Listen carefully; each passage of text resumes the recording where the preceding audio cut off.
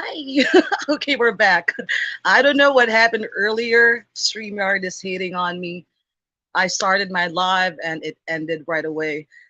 No, it's not helping me because, to be honest, I'm really nervous right now because this is the first episode. Wow, episode of Coffee Talks with Joanne. I know it's past 9 p.m. my time, but I love my coffee. I don't care.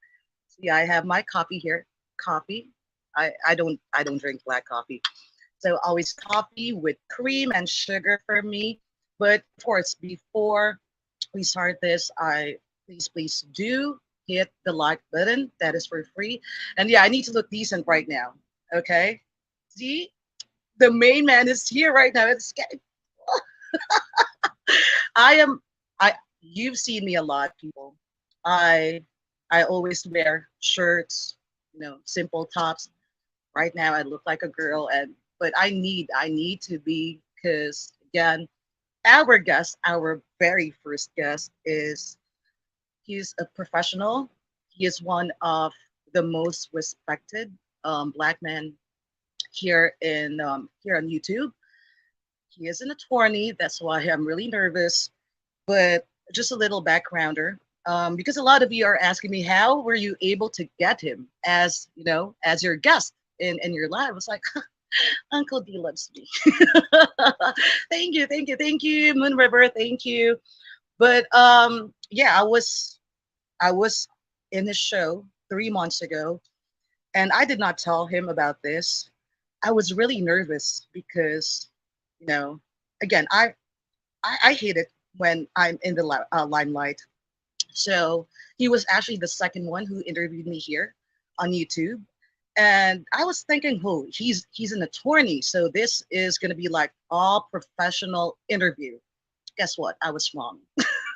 So whoever who like if you have not watched that interview, I'm gonna include that one in the description as well later. The link on that one.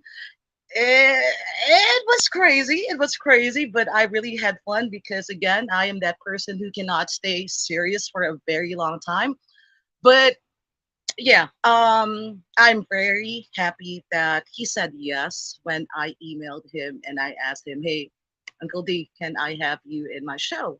Can I interview you?" And he said, "Of course you can." And I was like, I mean, I'm just Joanne. Okay, I'm just Joanne. I'm not a big shot here, but having him agree, having him agree to have an interview with me, it is a big thing because again, I want to expand my channel right now. Aside from clapping back, of course, I want to interview people. Again, I love conversing with people. And coming from, especially right now that I'm getting more Filipinos here in my channel, I know that not a lot of you knows what's really happening um, behind the scenes, how black men really feel. And that is why I'm happy that we have this man here. Oh, I'm nervous. Hey, John, how are you?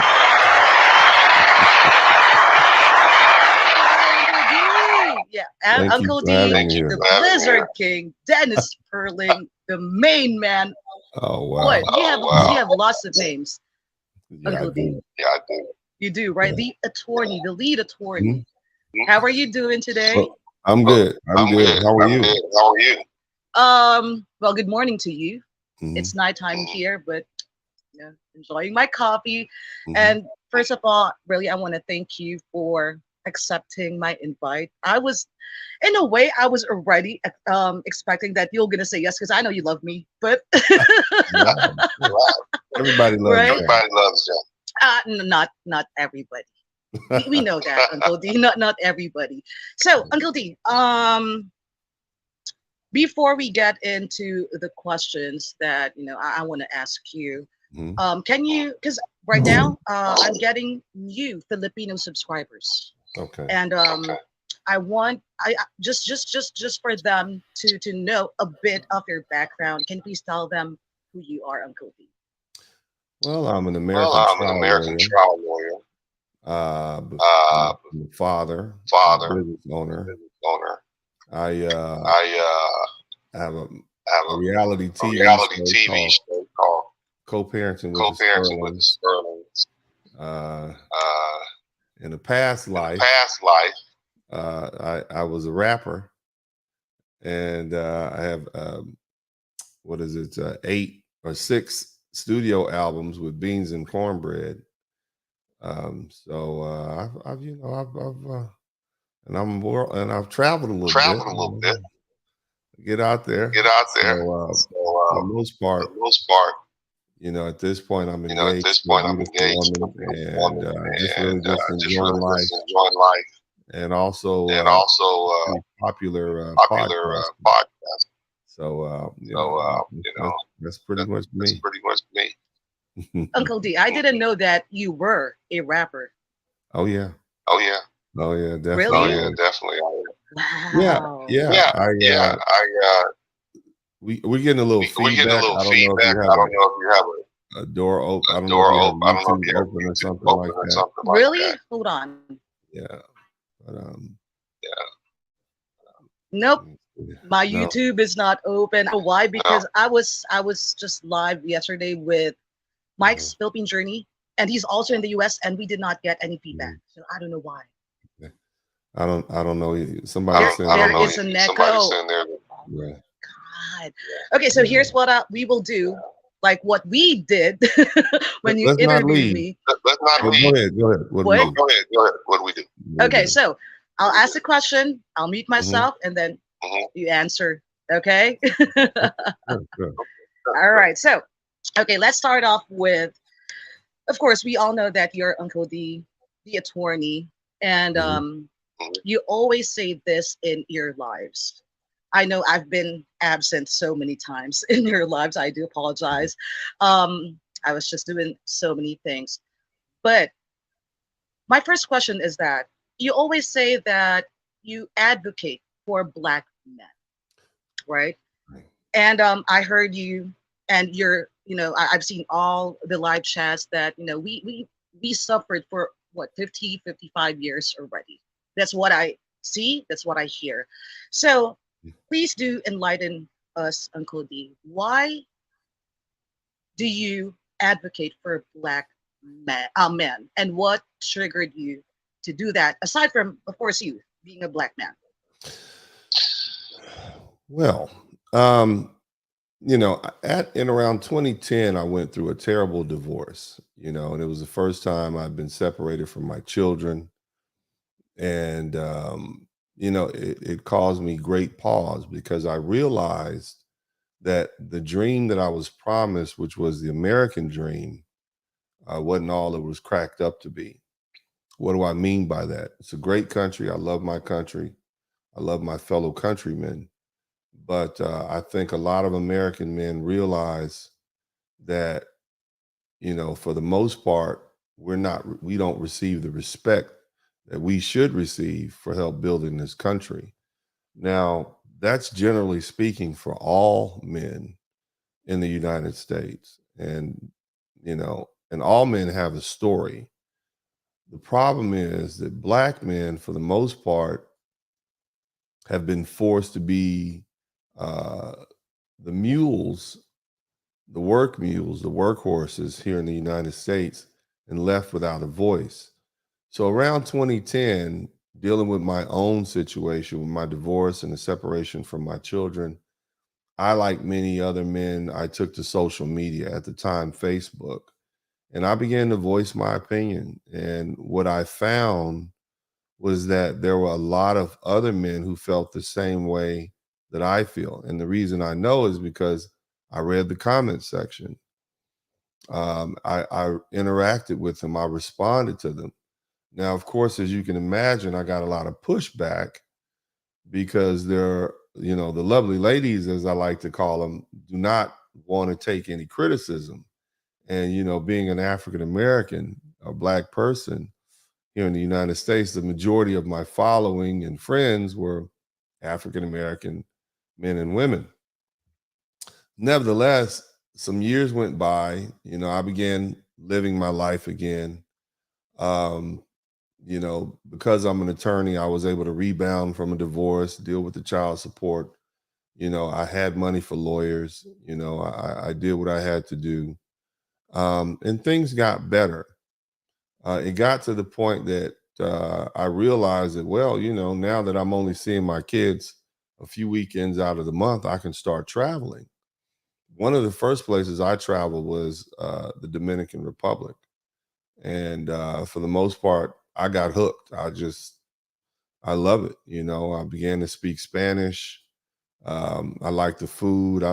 I just, it's like my own personal rest haven. I would go down there after, months of hard work.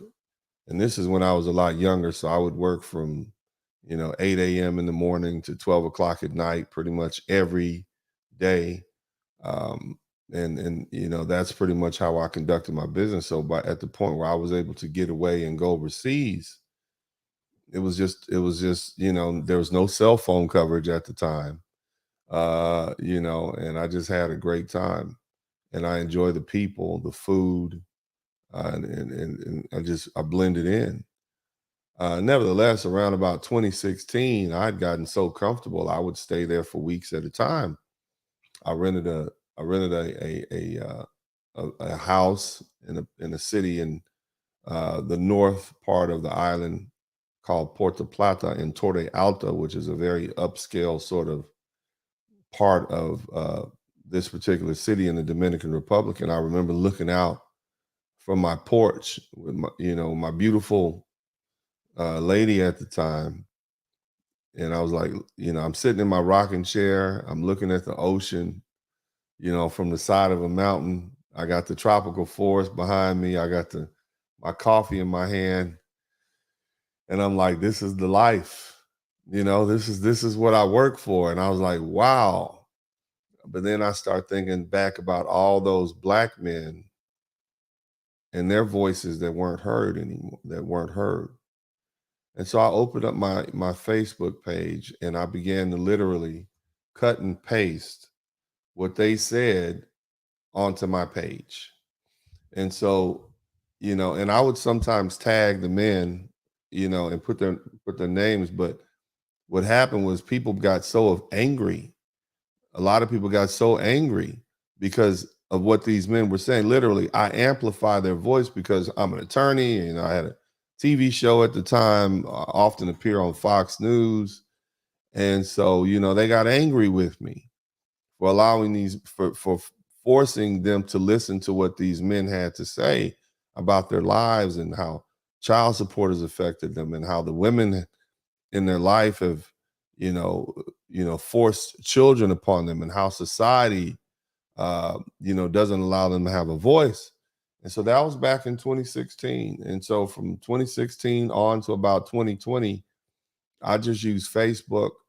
And at some point between 2012 and 2016, I published a series of books called Rules to Live By: How to Maintain Peace of Mind and Happiness in a Conflicted World, which is on Amazon, and people can read it. And it basically chronicles my life, but more importantly, it mirrors the lives of so many other black men.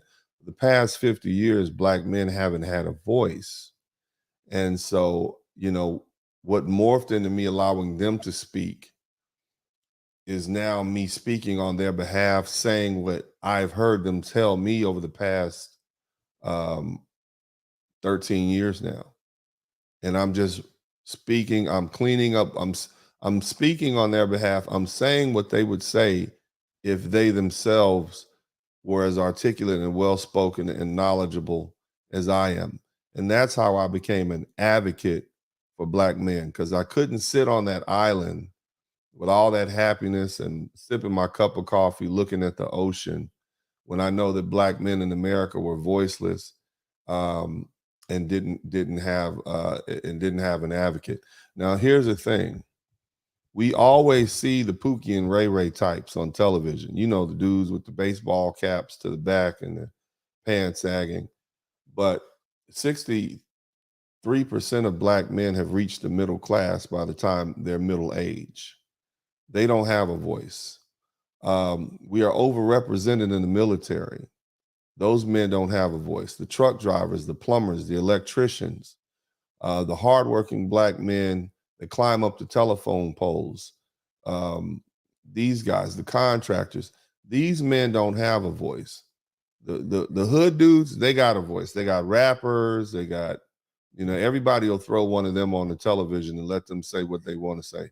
But, I'm an advocate for the hardworking, tax-paying, law-abiding black men who know they deserve a better life and who have not had a voice over the past 50 years and who get bunched into um, the same corner, the same section, the same basket as all these guys who have developed this bad reputation for that hurts all black men. So that's why I speak up on behalf of my brothers. All right. So yeah, I think I would have to agree with you, Uncle D, when you said that they didn't have a voice Mm-hmm. for so long, right?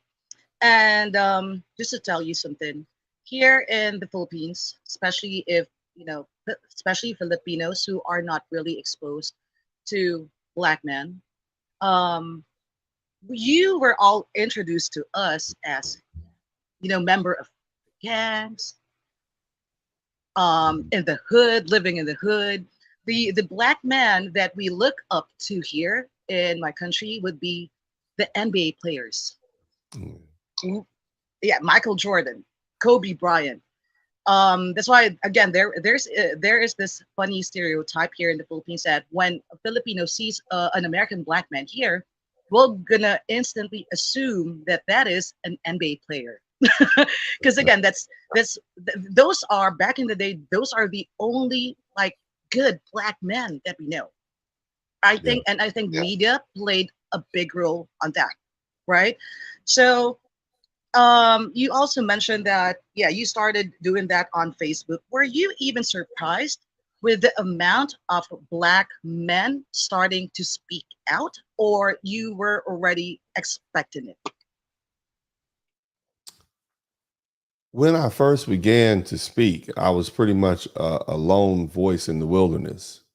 But now, over the years, there's a cacophony of men. They've gotten their courage up. They're not afraid of these lovely ladies anymore. I don't know if you know the reputation of these lovely ladies, but they're tough. You know what I mean? They're used to shouting you down. You don't get a word in edgewise, and so black men have learned to just shut up and take it. You know, it's almost like we were battered wives for 50 years. They beating us up and telling us to shut up and be quiet, don't say nothing.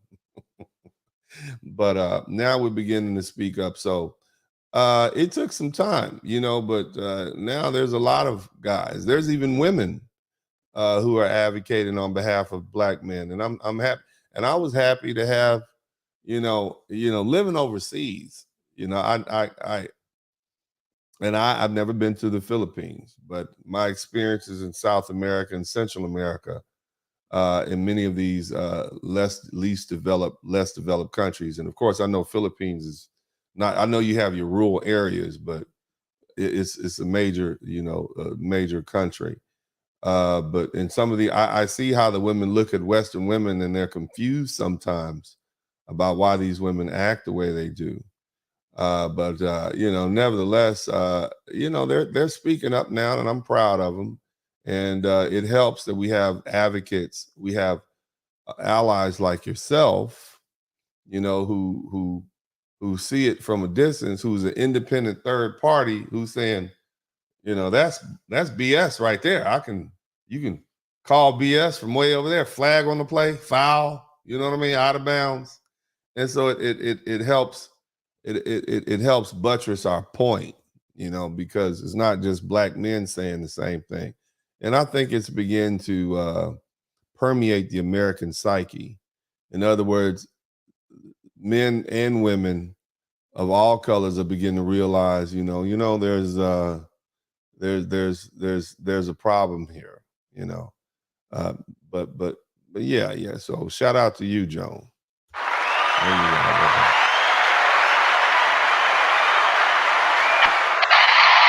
Uncle D, again, I have always wanted to have a brother, but I Hmm. was not given, I was not given the opportunity to have one because my mom had two miscarriages. Hmm. So I am an only child. I'm an only child. I have been more, I have I've been more closer to guys than to girls. That's me. So when I started, being active, listening to you and to other YouTubers who are black men, I started to learn a lot of things. And at first, it really surprised me. It did. Um, and my heart just went out for for these brothers, especially that abortion thing. You know that I was so emotional. I'm not sure if you can still remember. I went up your live. I was crying. I was crying there because I saw a video of these lovely ladies laughing just because a black man got unalive. And I was like, that was so heartless. Us Filipinas, we don't do that to our men. We don't. So that broke my heart. And again, just for the record, and I've said this so many times, I went to TikTok to defend my fellow Filipinas and my country. And along the process, I learned so many things about black men.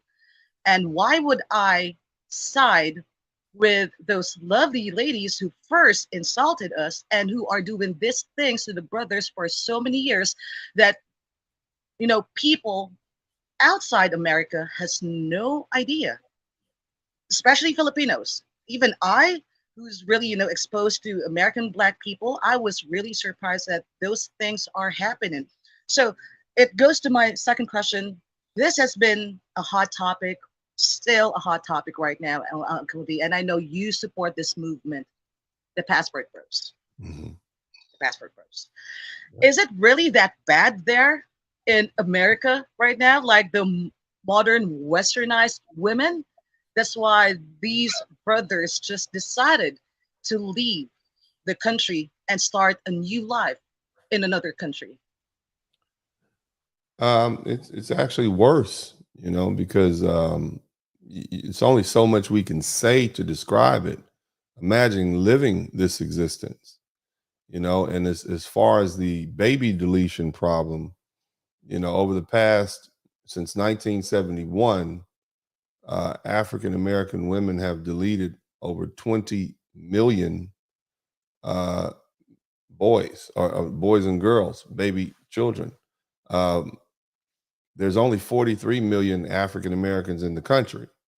So imagine 20 million being deleted before they were born over the last, 50 years, 52 years. And you can see that that's a lot. There are more children deleted, more babies deleted in New York City than born. Let me say more black babies deleted than born in New York City every year. And so what that lets you know is that these women are not, they're getting pregnant and they're using um, the baby deletion process as a means of birth control, which lets you know that they're having a lot of sex, oftentimes out of wedlock. And so that should let you know it goes to the mindset of the women. You got promiscuous women who have no regard for human life. And these are the women that we are forced to be paired with here in the United States. Just imagine that mentality. I am Christian. I believe in my Lord and Savior Jesus Christ. I've always been Christian. I love the Lord. Um, and I can see evil when it's apparent, and that's evil, period. And I don't care how people try to assuage it or talk about it. It's evil. You don't. That's just evil. The promiscuity, the baby deletions. That's going to lead. That opens the door for so much more to come in. So many more demons to enter into your life. And so, good black men, the law-abiding black men who have fought and died for this country, who work every day, the blue collar men, the ones like myself who rise up and pull themselves up through education. We want a better quality of women, not only to marry, but also to raise our children. You see? And that's the other thing that's very important. See, black men have been very loyal to black women in the United States. What do I mean by that? As you can imagine, having the color restrictions or the racism where you can only live in one neighborhood, and this went on for a while. It wasn't a lot of black men dating out. You see, it wasn't a lot of black men dating white women up until probably the 1960s. But white men and men of other races have always had access to black women. You see, so it wasn't black men dating out. It was, matter of fact, the first case in the Supreme Court of the United States was a black woman who wanted to marry a white man. So it wasn't like a black man was trying to marry a white woman and he fought all the way up through the Supreme Court. It was a black woman who wanted to marry a white man, and so they fought all the way through. So it's always been them. But black men haven't had their options because we wanted to stay loyal. And we wanted to be good men. We want to have children, but at a certain point, this new generation of young men said, "No, I'm not doing it," because they were raised by the women who had the baby deletions. They were raised by the women who were promiscuous. They were raised by these women who were loud and belligerent and told that it was okay for them to do that. And see, there's nobody that is willing to uh, put black American women in their place. For instance, when you go to your elders' homes, there's a certain way you have to conduct yourself because that's what's required in your culture. It's the same thing in many of these other cultures. But here in the United States, the female elders, they're at the club or the discotheque with the daughters and the granddaughters. They're all out there, there's nobody saying, "Hey, you got to tone that down." We used to have that. We used to call those type of women big mama. And a representation of that is Tyler Perry's. Have you ever seen Tyler? I don't know if you know who Tyler Perry is, but he's a famous black.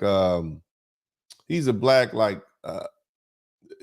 movie producer, and he has a bunch of these films about black life. He dresses up in a dress. He's a big man, and he pretends to be one of these older women who were born around 1905, 1910, and he plays Madeir, which is a term of endearment for these older grandmothers who used to be around. They cooked, they cleaned, they were very traditional, they took care of their families, but many of them died off by the 1990s.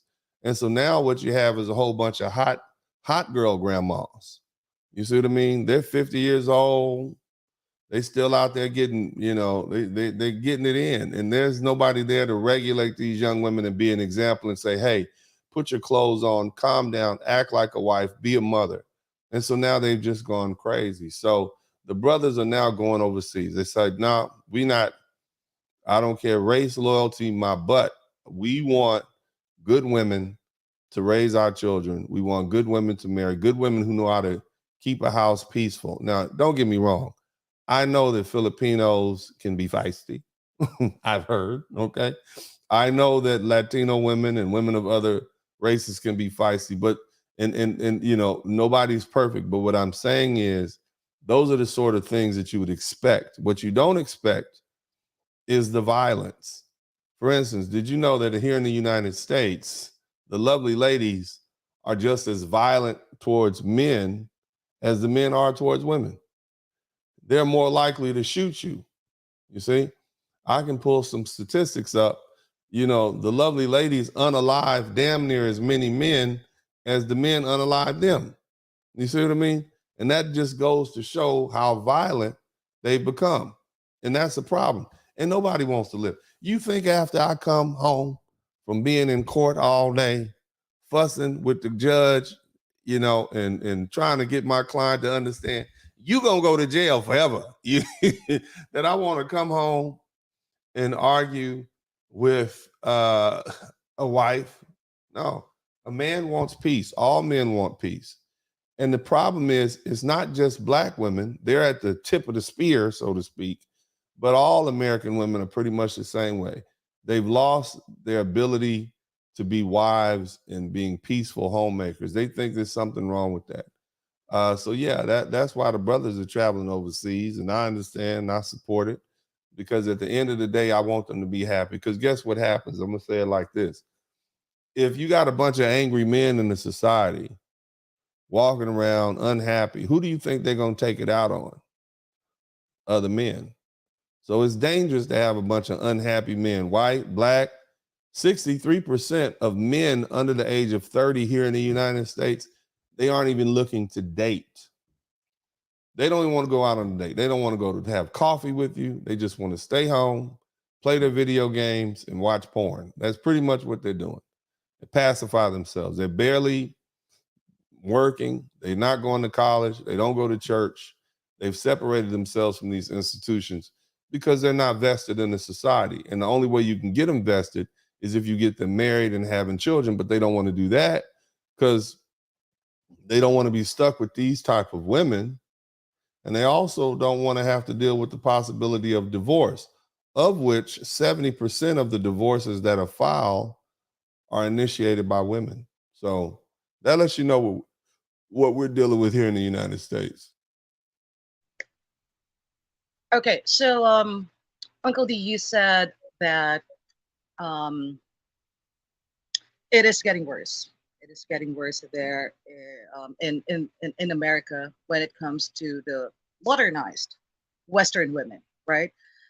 Um, do you think that? Oh, no, no, no. Let me rephrase it. What would you like advise the passport bros? I heard this from you already, but again, I want the new subscribers and new people here in my channel to understand that when you travel overseas, you need to leave your Western mentality in the US. What would be your advice to the passport bros who's gonna travel to foreign countries to find their wives?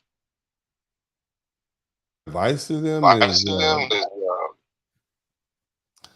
leave your leave American your American sensibility. sensibility. We getting a little We getting a feedback little there. feedback there. You want to? Yeah. My advice to you men who are traveling overseas, and this is all of you, all men of all colors, leave your American arrogance at home. Immerse yourself in the culture. Get to know the culture of the people. Number one, learn the language so that you can speak to the people that you're going to visit in their language. Now, I know many of them speak English. That's great. But here's the thing. If you begin to learn the language, then you can understand the culture. And if you begin to understand the culture, then you can understand the people. I want you to be good guests. And I'm talking to all men. I'm talking to white men, black men, because I know there's a lot of white men traveling to the Philippines, and there's a lot of black men traveling to the Philippines and South America, Central America. Be better than what they see on television, because you are an ambassador. What I mean is, there's going to be somebody who's coming up behind you. Learn the language, you know, and then once you learn the language, that unlocks the keys, or that gives you the key to the culture, and the culture is behind the door. And if you can unlock that door and walk into that culture, you immerse yourself in that culture, you have a better understanding of those people, of their principles, of their society. And if that's the case, then guess what? Oftentimes, those people will allow you in. If you got a man who speaks the language, understands the culture, knows what is polite and what is impolite in that culture, then that's somebody you can fit in. So guess what? And I'm gonna tell you like this: uh, from a person who learned to speak Spanish from arguing with my first Dominican girlfriend, I get better looking women now. Because I know how to speak the language. So it's like I'm not just some dumb, ignorant American.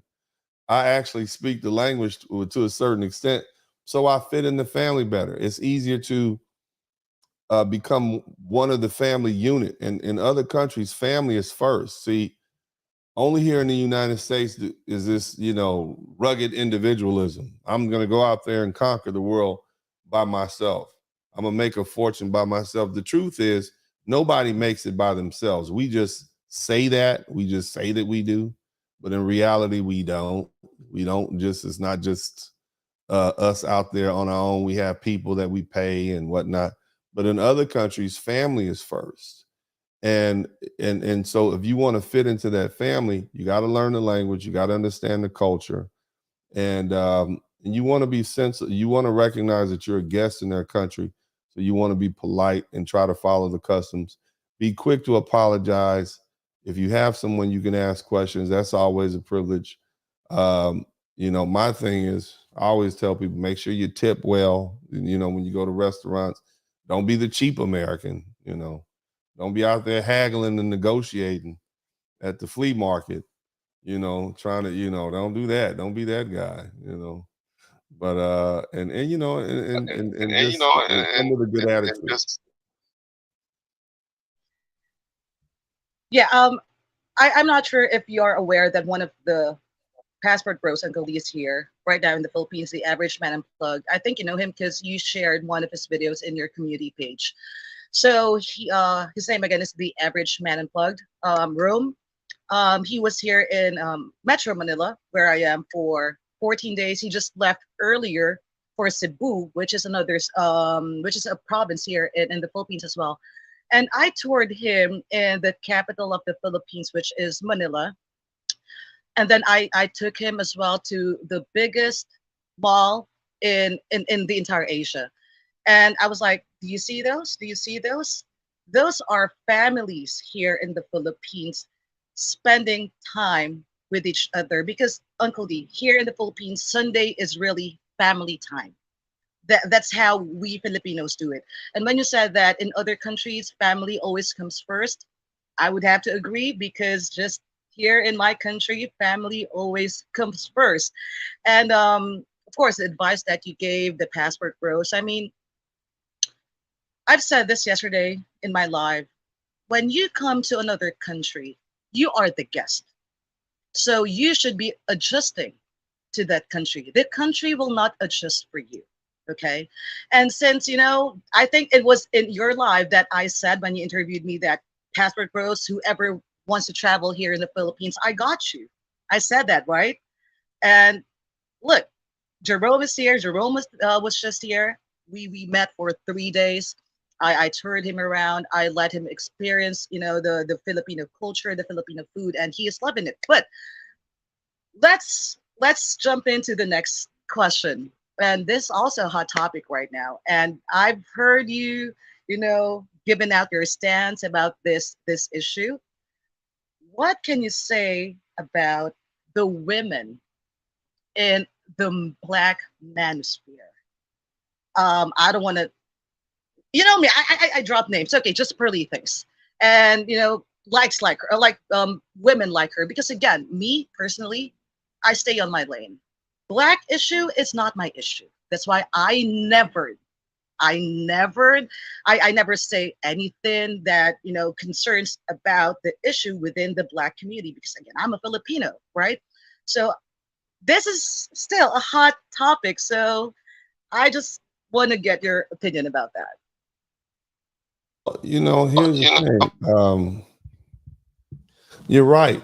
When it comes to like race relations, it's always best to let people deal with their own. But unfortunately, I live in a society where many of my fellow African Americans, they are looking for a white savior to come save them. You know, it's only over the past 10 or 20 years that we took the photograph of European or white Jesus off the wall.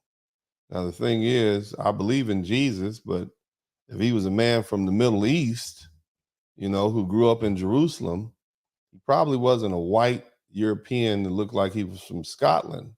He's probably a person of color, Arab looking or whatever could be of African mixture or something like that. But nevertheless, they're looking for a white savior, and they're always willing to black. And I'm talking about black Americans. It's a sickness. They're always willing to make exceptions for white people, white men and white women. And that's how they're brainwashed. I, on the other hand, have a self love and an appreciation for myself and my culture. And I have great friends who are white. I have mentors who are white, but I'm not going to put anybody before I put my own culture, and I'm not going to just sit back and allow people from other cultures to just comment on my culture as if they understand. See, here's the thing. Well, not on my watch. There was a time where we had TV shows like Sally Jesse Raphael. We had what's the guy that you come on there and you are not the father. I forget his name. He just recently passed away. But these television shows displayed the worst of black people all the time. The baby daddyism, the baby momism. There was never a balance. And so when you have someone who is not a member of the race, all they can do is really, they don't have their own lived experience in that race. They're only parroting what they heard. They're only allowing people to come on and speak. And so, it's a problem. So you shouldn't, they're not culturally sensitive to what's actually going on. They don't have the big picture. They don't understand. Whereas somebody like myself, who is African American, grew up African American, who came from a family who was raised in the rural South, Southern United States, Mississippi specifically, and grew up in Los Angeles, I understand my people and I understand the complexities. But the problem is, as long as you love another group of people more than you love yourself, you're always going to be looking to them for validation and approval.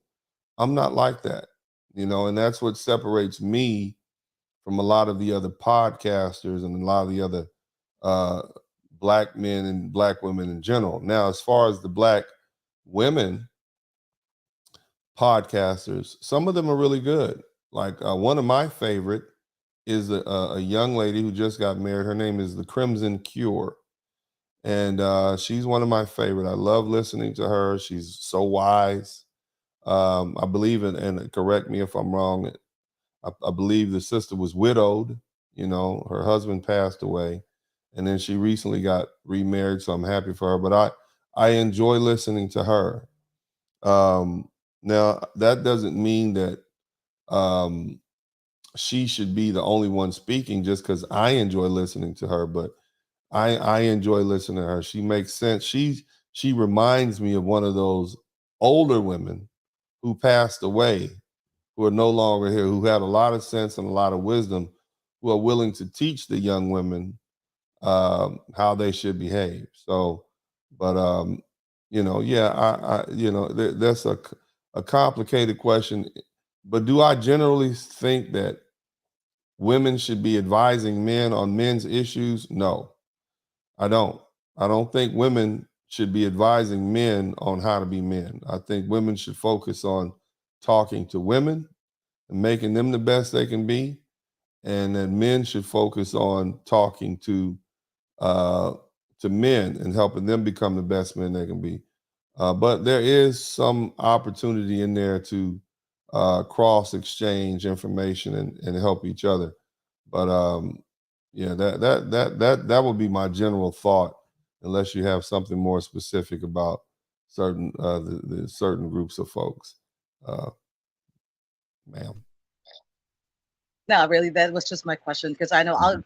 I'll gonna be having a lot of hate with that question. But you know me, Uncle D, we're like we are like the same. We don't care if they hate us. Haters, we'll keep on hating. But right now, okay, so for my next question, the Kevin Samuels just celebrated his first death anniversary recently, and I always say this: I regret not being able to meet him when he was still alive because again, when I went back to TikTok, when I took a break for what 6 7 months, he already passed. And then I started. Well, I didn't. I had no idea who he was. I just started reading comments or seeing his videos on TikTok, and I really got curious. And then that's the time when I started watching his videos, and I was like, "Damn, this man is smart. He is very smart." And the one thing that I noticed is that because I am not really a sensitive person, I'm not. But those videos that he was being so straight to the point to those lovely ladies, in a way, I felt that he cares about them. That's why he is there giving them advice, right, to become a better person, to lose weight, so that men will start looking at you again.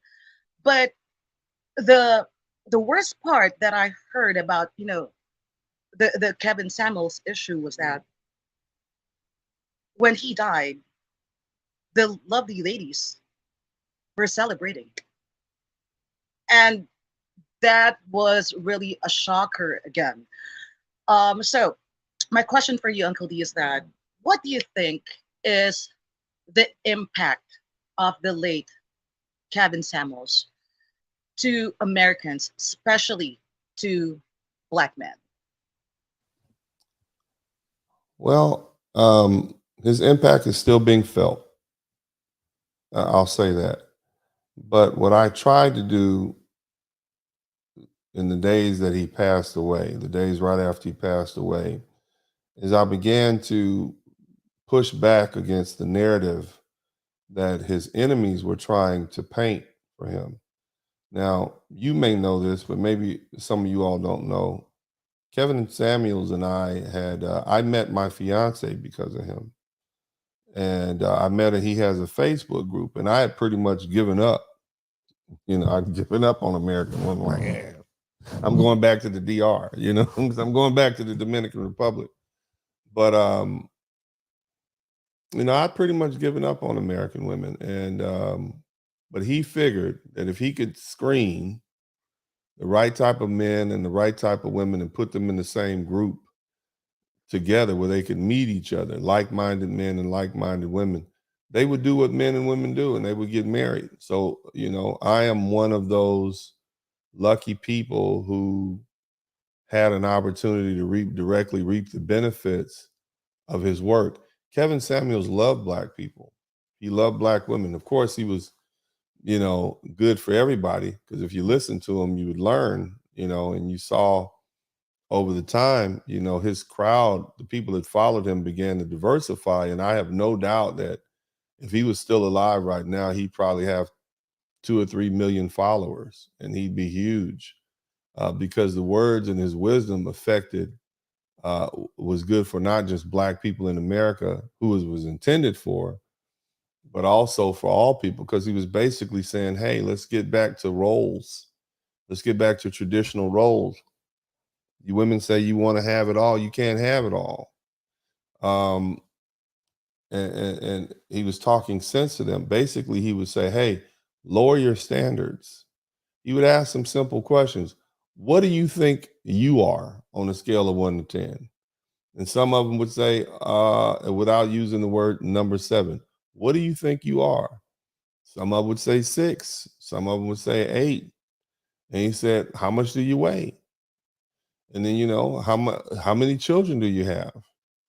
Um, and, once people begin to speak, because when you speak, these words form an image. And because there are so many people looking, you can't lie to yourself. You can't say I'm a 10 and you're 250 pounds and you wear a size, 18 dress and you got 3 kids, and then turn around and say, I deserve a multimillionaire or a high value man. People are looking at you like, you don't want it. So he was able to figure out that women don't want to be shamed for being stupid or they're looking stupid. So they can't say stupid things in front of all these people because they'll look stupid. So it forced them to speak the truth. It forced them to uh, to deal with the reality. Now, his impact his impact was, I can make money by speaking the truth to these lovely ladies and these Western women. You no longer have to be a panderer just to appease these women. You don't have to lie to them in order to make money. Because, see, that's what our preachers have done. That's what our reverends have done. They've lied to these women. These dating coaches have lied to these women and told them, oh, girl, you're fine. Something wrong with that man. If he doesn't want to accept you and your two children out of wedlock, something wrong with him. If he doesn't want to accept you and your 372 pounds jumping and bouncing up and down on him in the middle of the night, something wrong with him, girl. You're fine the way you are. You see? And the men are saying, no, it's not. And so he demonstrated to the world you can speak the truth to these women and become successful and rich and well and popular. And so he now you have a lot more men speaking the truth. As far as the women and how they basically they championed the angel of death when he came to visit my good brother. And what that demonstrated to a lot of people around the world, even some of our greatest panderers, because we have these people, they call them pro-blacks. I'm not one of the pro-black. I call them blackety blacks because they're really just too far with it. It's like, come on, man, look, just cut it out. I know it's at a certain point, y'all just hustling. Y'all just like the new age reverends. You just trying to pass out the collection plate. You telling these people what they want to hear, and they just eating it up. It's like, cut it out. I know you're running game, but nevertheless, even some of them were set back because they like, man, like, this is horrible. You're celebrating this man's death, and what that made them realize is that these women don't like you. They tolerate you, but they don't like you. And the reason they don't like you is because they don't like themselves. They don't like you, they don't like themselves, and unfortunately, they're only able to reproduce men that they don't like. Think about it. Just think about it. You proclaim that you hate black men so much, but what comes out of you, what comes out of your womb is a black man. How can you say, I hate these black men and all that they represent, and then the only children that come out of you are black boys who become black men? What does that mean? That means you hate the fruit of your womb.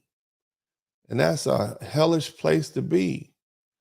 And it's all because there's a lack of self-love coming from black people in general and black women in particular, who then turn around and instill this self-hate into young black boys and girls.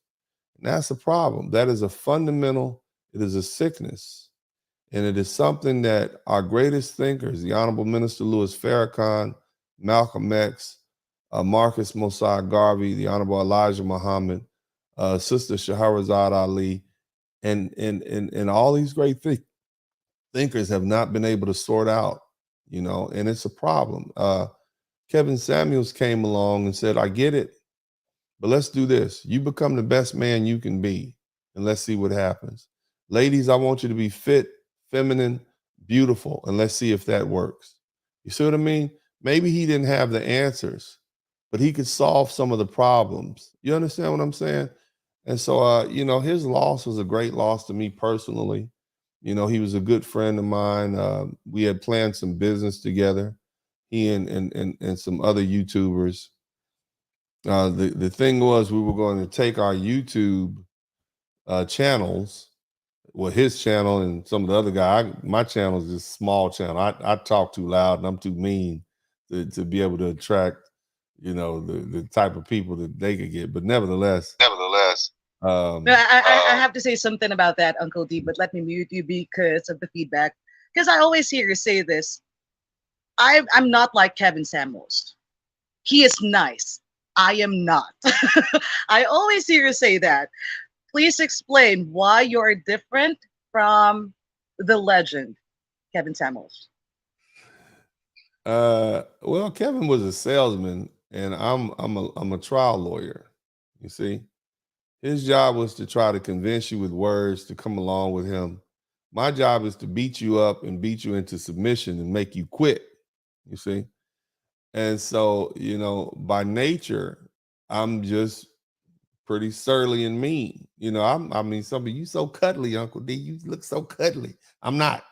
I'm a mean, tough bear. Okay, but it's just the nature of who I am. He was a country boy from Oklahoma, and I'm a city boy from South Central Los Angeles. I came up hard. Life was hard. Um, I have a mean streak.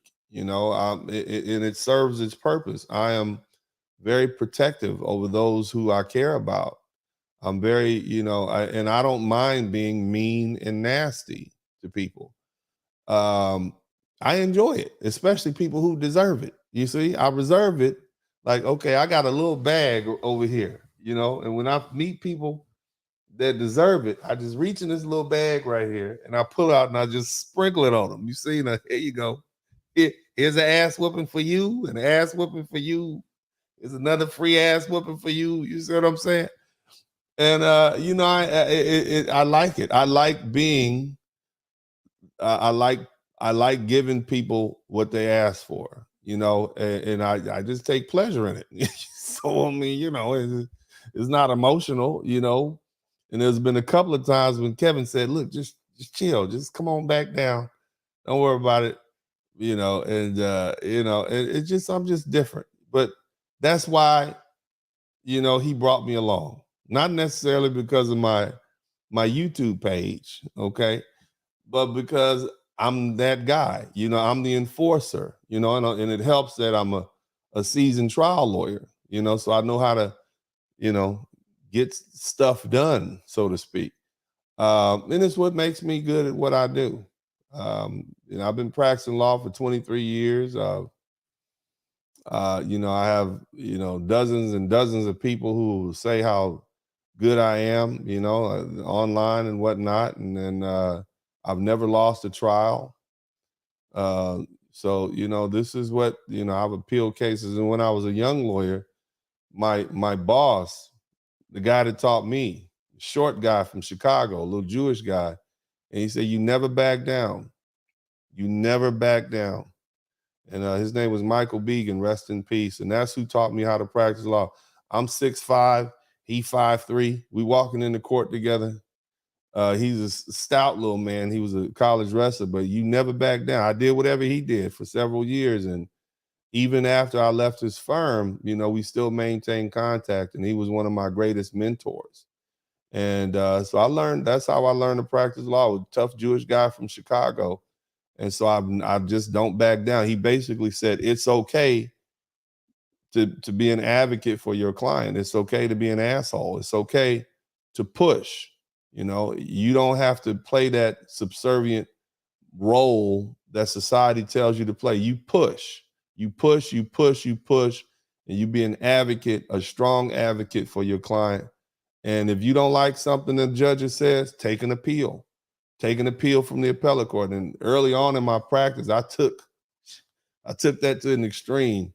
So I would appeal everything, even if I was dead wrong. I appeal it anyway, you know. But that's why I am the way I am, and I'm built like that. And I raised my sons to be like that, tough, strong. I have two sons I have three sons, but two of my oldest sons, they have second degree black belt in Kung Fu, first degree black belt in Shotokan. My oldest son, he has a green belt in Jiu-Jitsu. My second oldest son has an orange belt in Jiu-Jitsu. They've been practicing for 10 years now. Each one of those arts, I teach them how to bow and arrows, how to throw knives, hatchets, and we lift weights, physically fit. So I'm preparing them to be tough, But I have another side. I'm nice. I give out hugs. Give out hugs sometimes. I'd be nice. Look, my lady. My look at these little teacups. My fiance brought some tea. I sipped. See, I'm nice too. See, I can be Yes, nice. Yeah, that is one thing I really love about you, Uncle D, is that you are very organic. You are a real person. You are not scared to call out people. And probably because it's your passion, because again, you are an advocate for Black men. And we know this. If we are fighting for something or for a group of people, we are passionate about it. And it does not matter who we call out. I mean, just me. I called out a Filipina, you know that, right? But that will gauge how true, how legit a person is. I don't care because I'm not still monetized here. I'm gonna say this: Uncle D, he does not lick ass. He does not kick ass. Like literally, kiss ass rather. He does not kiss ass. He will tell you what he feels. He will not just tell you what you want to hear. And I think for YouTubers, um, well, I know that a lot of them are just after the subscribers, the money, and we respect their hustle. But at the end of the day, we have people who listen to us every day, especially Uncle D. He goes live almost every day. Every day he has like different discussions going in, different topics. Um, and that is, again, that is one good thing. That is one thing that I really love about him. If you're wrong, you're wrong. He's gonna call you out. If you're right, he will actually applaud you. He is a very this man. He is if especially to my Filipino subscribers, he is someone that you don't want to play with. Okay, he is well established. And the things that he said about his kids, yes, because I'm updated about that as well. And again, I think us parents should be all doing that. They need to we need to train our kids to be strong, independent, not being feminist, no, not being cookies and ray rays. Hell no, we are not doing that. But of course, I don't want to take much of your time, Uncle D. For my last question, you know that I'm going to ask this. When those lovely ladies, because I got that term from you, and a lot of them are saying, uh, Uncle D's still being nice by calling them lovely ladies. But again, he told you he's still nice, right? When those lovely ladies insulted women from overseas, were you expecting the backlash? Were you expecting the clapbacks, especially from Filipinas?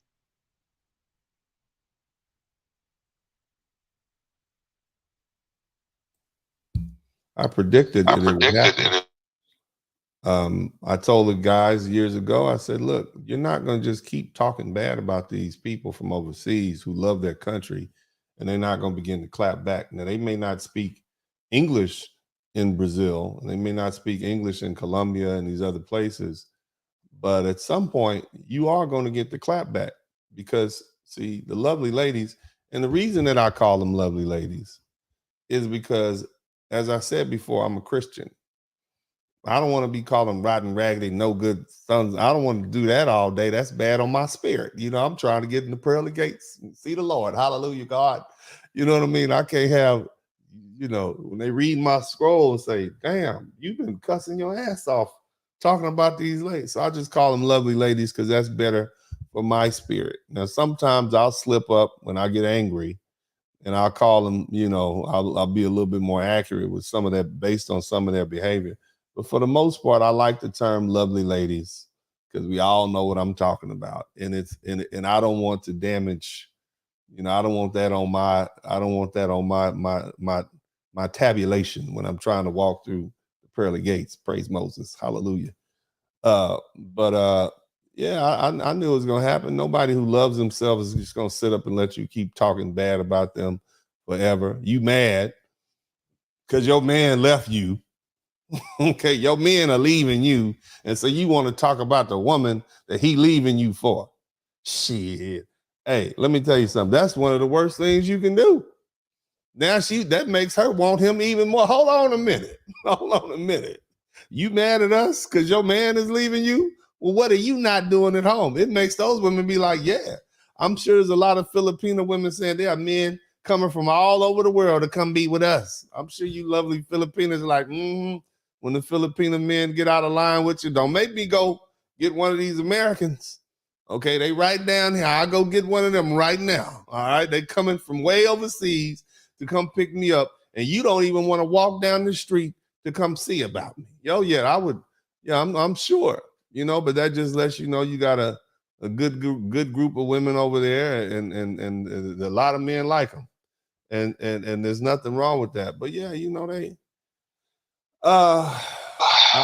I, they earn that ass whooping. Okay, they earn that chastisement. You got women in Brazil talking about your ass. The Philippines, they ain't never met you. They the Brazil, the Philippines, they coming at you. Everybody's hitting you in the upside the head. I bet that was a humbling experience for the lovely ladies. I'm sure they've never been humbled like that before. They've been quiet lately. Have you noticed they haven't been saying as much as they were? Yeah, I don't think they knew that. Because see, let me tell you something. They always talk about strong and independent they are. They're not strong. They're not independent. And they just all talk. You see what I mean? And I pointed this out to, like, why would y'all pick a fight with a group of women that come from the same area of the world where all the greatest fighting arts have originated? Karate, Kung Fu, Muay Thai, Judo, Jiu-Jitsu. Why would you pick a fight with these people? Have you not examined, have you not examined these people's culture? They small, but they will whoop your ass from one side of the room to the other. Okay, they will side kick and Uncle elbow. D, I'm not that short. I'm 5'4". That's pretty short. That's just say I know maybe there is not short. Okay, but over here that's pretty short. I'm just gonna say. But nevertheless, why would you pick a fight with somebody? Hiya! Huh. Don't do that. You don't want that ass whoop. You too big. Girl, you too big. You too big. You don't have the mobility. She's gonna low kick your leg. You're gonna have bruises on your leg. You're gonna trip over, and she's gonna jump on top of you, put that elbow right in the middle of your chest. Yow! And you're done. You see what I'm saying? You don't want that. You don't want. So they picked the fight with the wrong people, and they got them hands put on. They caught their face. Just a follow-up question with that, Uncle D. What do you think if Kevin Samuels is still alive? What do you think will be his opinion about those that topic, like the clapbacks? What do you think? Will he be like just laughing? What do you think? I think he would find it hilarious. I told you. I told you. That's what he said. I told you. He would probably something like that, but he would probably use it as a learn. See, Kevin was a salesman. I pointed that out earlier. He was one of the top salesmen in this company. He was an Afrofuturist. That's a term. That's a term that I would like for you all to take away. Kevin Samuels was an Afrofuturist. And if you begin to look that up, you can see how he took what he said. He played the music. He had the candles burning in the background. He had the lights low. He that little spinny thing that was spinning all the time. He knew what he was doing. You see what I mean? He knew exactly what he was doing. And my whole point being, he would take it and it would become a learning lesson. It would probably be something like, see, I told y'all. These and on top of that, you're getting whooped on by women who are fit, feminine, and beautiful. That's what should make it worse. So you need to get yourself together. Like, I think but I can't speak for him. God rest his soul. But I think he would use his wisdom to make this a teachable moment. Yeah. Okay, for this last part, because again, I'm not, I cannot stand it when it's just pure serious, conversation. So for the last part, I cannot mute you because this is like, since this is a new show, it makes me cringe when I say that it is a new show because I'm not really used to this, but might as well since I want to grow my channel. I call this the In the Fast Lane with Joanne, Uncle D. Okay, so I'm just gonna be asking you a question. You need to just choose from these two things. You do not need to explain your answer. Just just answer the questions as fast as you can. Okay, are you ready? All right, we'll see. All right, American or foreign women? Foreign. Hip hop or rock? I know, right? What? Oh, Answer it. rock. I'm sorry. You can't. Okay. Oh, did you say rock? I said rock. I said rock. Okay, me too. Yeah. Lights Here on we or go lights Here off? we again go on my again on own. my Rock and roll girl. Damn Yeah, it. I'm Yeah, sorry. I'm sorry. Yeah, Okay, go lights ahead. on or Go lights ahead. off? Lights off. Lights off. Lingerie or PJs? Shit, PJs. Shit, Shit, everybody PJ. needs to Shit, be everybody comfortable. needs to be Goddamn PJ.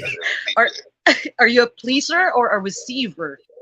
Ooh, Ooh, hold on a minute. hold on a minute. We are all John. grown John. here. What? Pleaser or John, receiver? No, I'm a pleaser. I'm a pleaser. Pleaser. Trimmed or shaved? Say again? Say again? Trimmed or shaved? Oh, Shaved all the no. way. Oh, You no. come, girl. Girl. What? Shaved? Shave. Shade. Okay. Morning sex or night sex? What? Both. Now this is me. See, I don't want to stay serious all the time. Morning Oh, my sex or God. Oh night my sex? God. Both. Both. Okay, both. No. Yeah. Whenever I can get it. Okay. Whenever I can get it. Whenever I can get it. Whenever I There you Oh, go. there you go. Okay.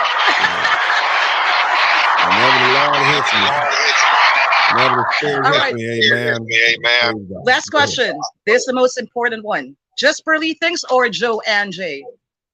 Joanne J. Joe all and day. Jay. Hell yeah. Joanne J. Joe all and day. Jay. Uncle D, thank you so much for joining me. It is a pleasure. To everyone, please do subscribe to his channel. I'm also going to include the link of his channel, also his merch, the website of his merch, everything after I end my live. Um, if you are already subscribed to Uncle D, he goes live almost every day. All right. Well, for the Philippines, it's like 11 a.m. our time, so that's not really too early. But Uncle D, last one message for first your fellow black man, and second one message for the Filipinos. Hi, Mike. Oh my God. Message for my brothers. Well, you're free men. And I've been telling you guys that you're free, you're not bound. You are children of the Most High God. This world is yours. He created this world for you to enjoy. Go see it. Go explore the world. Go with an open mind and an open heart. Make friends. You know, go and see what you've been told you can't go and see. There's so many people that have made you afraid to travel. They've made you afraid to go see what the world has to offer because they want to keep you in your position. They want to keep you in that little box that they brought you home in. What do I mean by that? It's like you bring a puppy home or a kitten home. You want that little kitten to stay kitten, cute and small and manageable. But now you all have turned into huge Rockwallers and pit bulls, and it's time for you to get on out that box and go see. If you will, you're not a tiger cub anymore. You're a tiger. Go explore the world. That's my thing. You're a free man. Begin to act like it. You're not in bondage anymore. Our ancestors fought so that you wouldn't. You got your passport. You got your life ahead of you. You're not bound to one nation or another. As much as I love my country, I love the United States. There are other countries out there that you can also begin to love. So go see what the world has to offer, fellas. The world is yours. Now to my Filipino friends, let me tell you something. I ain't say this. I had a little buddy named Joey. Joey was a little Filipino kid I used to play basketball with back when I was probably about 10, 11 years old. Joey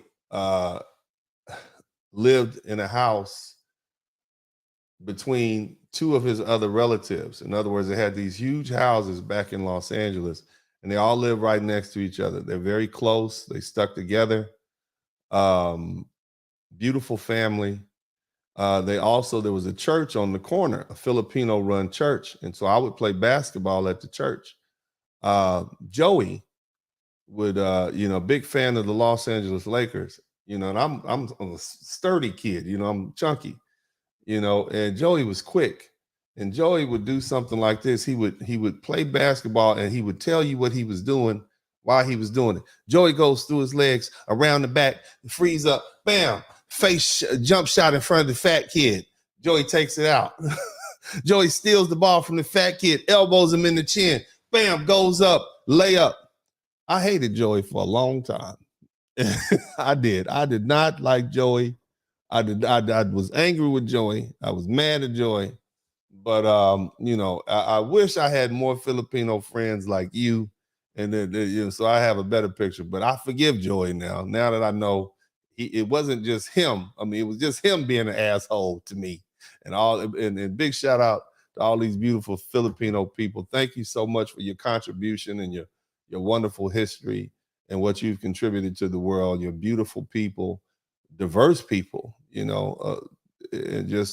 being so open and inviting to so many Black men, many of whom are looking for a home to come to, who are looking for wives, who are looking for a group of people that they can call family. We often call ourselves the lost tribe here in the United States because we are of African descent, but in reality, we're not African because we don't know our tribe, we don't know our language. So these men are just looking for homes.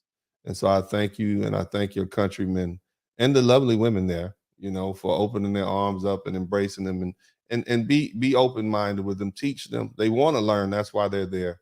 And the other thing you should know, ladies, you're getting the best of us. You see, it's not a bunch of poor Pookie and Ray Rays that are traveling over there. If you got $3,000, $4,000, $5,000 for a plane ticket, and that means you're doing pretty well in life. So they are the best, and they're looking for the best. So I thank you all for embracing these brothers.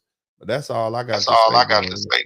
Yeah, and okay, so I told you mentioned that you and your fiance, right, is planning to come here in the Philippines. That I still ain't say stands. that. I got you. Hold on a Look, minute. Uncle D, I'm not all talk. Okay, one of your brothers are he's here. He's here. Well, not here in my place. No, Yeah. he's a brother, but I Mm, took care of him when he was still here in Manila, mm, and I'm still taking care of him. I mean, I called him earlier when he was about to leave for mm. Cebu. Was like, take care, use condoms, you motherfucker. I feel like I'm a mom, like Right. really, not just like a sister, but yeah, I treat you all as my brothers. I love you all. You know that I love you, Uncle D. And again, thank you so much. Not just coming from me, but from the Filipinos, because you stood up for Filipinos as well and other, foreign women, and that's why we love you. And Yeah. I'll see you later in your live. All right. I All will. right. Appreciate you. Thank you Uh-huh. so much. Thank you so God much. bless Thank you so much, Uncle D, the Blizzard King, attorney Dennis Sperling. Thank you. Love you, bro. you.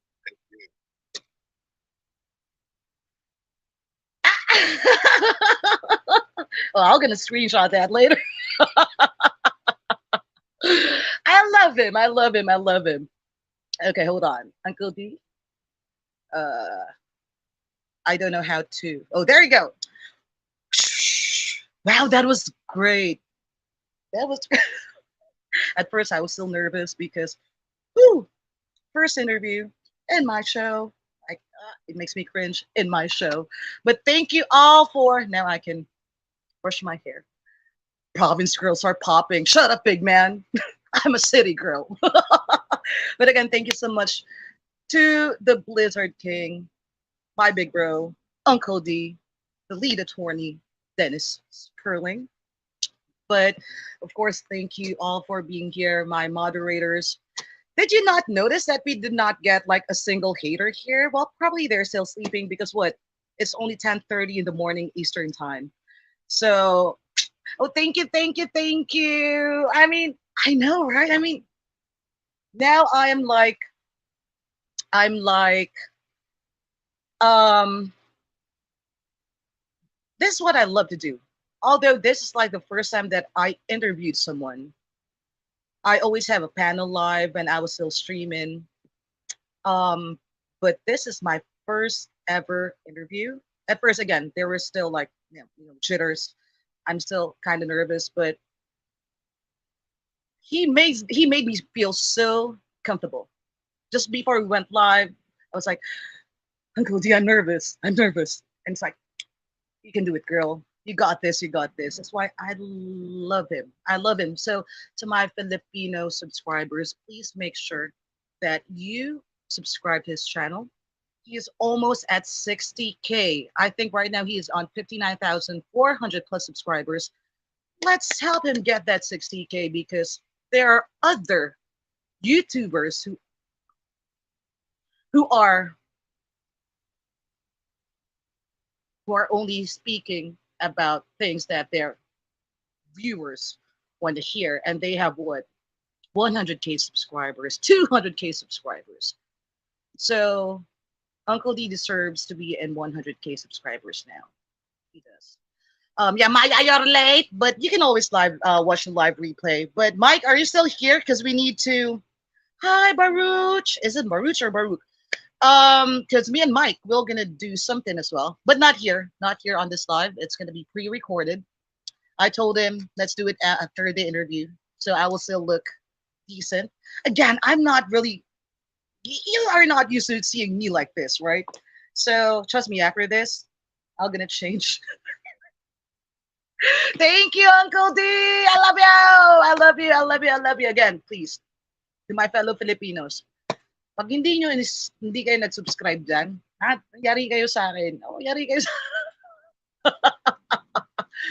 hold on, Filipino thoughts. Thank you, because she was constantly um sharing the link of Uncle D's YouTube channel.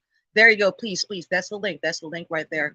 Um, a lot of Filipinas who's in America, that are my subscribers are not here. I'm sure they are still sleeping, but they will definitely watch the live replay. And that was great. I enjoyed it. I I did. I did. Fuck the feedback. We don't. I really don't care. I know it was a very good conversation. So yeah, hopefully we're gonna do. I can do this like every week. I'm gonna interview someone. Um, my Tongan friend is going through something right now. That's why it has been rescheduled again. But we might get Rome next. The average man unplugged. He can never say no to me. He cannot. But I think he is still on his way to Cebu because again we were on the phone earlier and he was like, guess what? My flight has been scheduled again. Like, what time? And I think he mentioned 8 or 9 p.m. So if he left Manila at 9 p.m., he's still not in Cebu. But I told him as soon as he landed, update me. But yeah, when he's all settled there in Cebu, we are going to interview Rom, the average man unplugged. But hey, we still have 65 subscribers. I think this is, that I just started going live, but earlier we went up to almost 80 viewers. And I do understand, again, it is still early in the US. In some parts of the US, it's still what? 7:34 in the morning. Okay, but we have to do the interview with Uncle D at this time because later tonight his time his kids will be there and he'll gonna be having his vacation starting tomorrow. So we all agreed to just do it at this time. So I'm gonna kaya Marv, you're late. You're late. But you know what? I'll end. I might go live again later. Just a simple live. Let's just gonna chill as well. But everyone, thank you for being here. Thank you for staying with me and my off shoulder top. My off shoulder. I had a blast. I know you all had a blast as well. Later, I'll go live again later. I need to eat dinner as well. I have not eaten the entire day, like the entire day. And it's, hey, Filipinos, it's past 10 p.m. our time. I am starving. I'm starving. Okay. But I'll go live again later, probably after me and Mike finish with the recording that we're gonna do. But thank you so much, motherfuckers. I appreciate everyone. Thank you, thank you, thank you. Thank you for joining me on my first ever Coffee Talks with Joanne J. Joanne J. So sending love from the Philippines as always, and out.